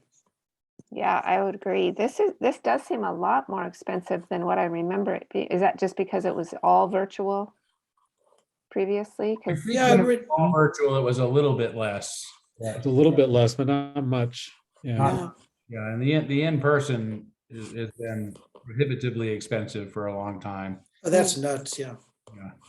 so Todd, do That we, doesn't include the hotels and the travel, right? That's just, Right, Right. just the registration. right. do we go to the ops team for scholarship? If, It's not budgeted, right? So yeah, Yeah. I would say come to the ops team and see if we can figure out, which is what we usually do, what funds are available that we can pull from and how much can we pull from. So for example, my discretionary fund, if it has enough in it, is a good source to help supplement some of that. If members want to, like Tom say, would contribute to a fund. I mean, it may be that a member doesn't want to pay for, the whole registration fee for somebody to go, but says, well, I'll pitch in $50, and you get about 10 people who've pitched in $50, then you have a registration. So there's ways to work it out. So I would say we'll talk to the team and we'll figure out what resources we have on hand and what we need to raise. Yeah, just create something so those of us who are willing to give something have an opportunity. Yeah. great. Okay, guys. Well, we did it right within our time frame here. it Yeah, looks really. like. Yeah. All right. Anything you need from us, Dorothy? Got it? Good to go? All right, guys, let's call this meeting adjourned then. Great. I will. Night, everybody. See you at church. Thanks. Night. Good night, everyone. Good night. Right.